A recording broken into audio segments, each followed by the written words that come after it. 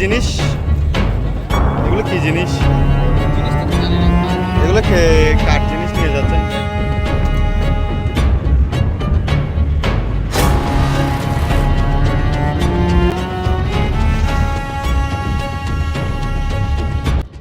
কক্সবাজার জেলা প্রশাসকের কার্যালয়ে দরিদ্র ও এতিমদের জন্য বিভিন্ন এনজিও থেকে আসা ত্রাণ সামগ্রী কর্মকর্তা কর্মচারীদের মধ্যে বিতরণের অভিযোগ উঠেছে। এই ঘটনায় স্থানীয়দের মধ্যে ক্ষোভ ও নানান প্রশ্নের সৃষ্টি হয়েছে। স্থানীয়দের দাবি, রমজান ও ঈদ উপলক্ষে অসহায় ও সুবিধাবঞ্চিত মানুষের জন্য বরাদ্দ দেওয়া ত্রাণ সামগ্রী প্রকৃত উপকারভোগীদের কাছে পৌঁছায়নি।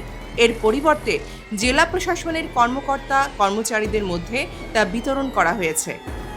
তবে জেলা প্রশাসকের কার্যালয়ের এনজিও সেলের দায়িত্বপ্রাপ্ত নির্বাহী ম্যাজিস্ট্রেট মোহাম্মদ আজহার উদ্দিন জানিয়েছেন, সময় স্বল্পতার কারণে কিছু ত্রাণ সামগ্রী অবশিষ্ট ছিল।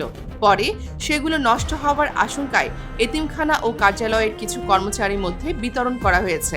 এই ঘটনায় ত্রাণ বিতরণের স্বচ্ছতা ও জবাবদিহিতা নিশ্চিত করতে তদন্তের দাবি জানিয়েছেন স্থানীয় সচেতন মহল। সাইমা তানহা, নিউজ ডেস্ক, কক্সবাজার কণ্ঠ।